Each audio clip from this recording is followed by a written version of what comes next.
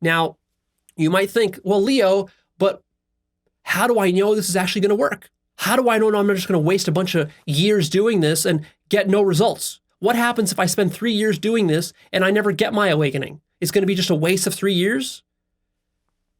Here's the good news. No, it won't. It won't be a waste, because this whole process is not just a binary on and off. You're not enlightened or you are enlightened. You've succeeded or you failed. Don't think of it this binarily. It's actually a lot better than that. The more you spend putting your attention on your awareness and doing the self-inquiry, your consciousness will grow and expand and expand and expand. Eventually, then it'll hit a tipping point and there will be a massive awakening or an epiphany. But even if you never get there, you are still going to benefit enormously from the expanding of your consciousness.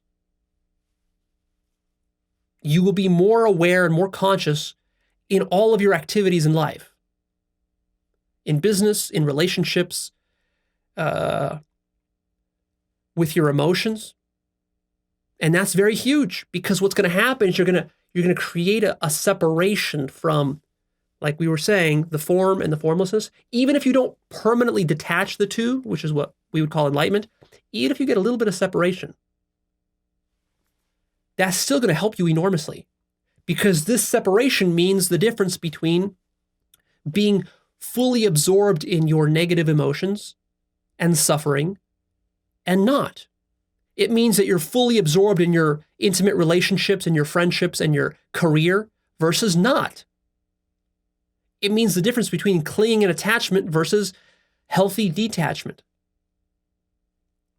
So when you get angry or depressed or sad or frustrated or jealous or aroused or excited, or you have a craving for food or a craving for sex or something like this, or someone dies in your family and there's great suffering and pain, or you have chronic pain in your back the way I have been lately, excruciating pain in your back, or pain in your feet or in your legs or something like that, in your stomach, you're going to be separated from it. There's going to be a little bit of space of detachment. And the more detached you are, the less you're going to suffer from it, because you're going to realize that that stuff is happening, but it is not me. And the thing that suffers is the attached me. So actually, another way to frame this and to explain what the false self is as follows. Think of a time recently where you had a lot of suffering and pain. Could be physical or emotional. And you had some strong negative emotions, whether it was fear, anger, or literal physical pain. Try to think of a time like that. Maybe even right now you're having that. And so now ask yourself, who is the one that's experiencing that pain? And you're going to say, well, me, of course. That me is the false self. And that's a really good rule of thumb to remember, if you can remember it, whenever you're suffering or in deep pain, is to always remember that the thing that's suffering is always the false self.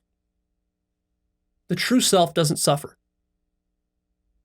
And so if you want the ultimate solution to life and to all of life's problems and suffering, is completely detach yourself from the material world.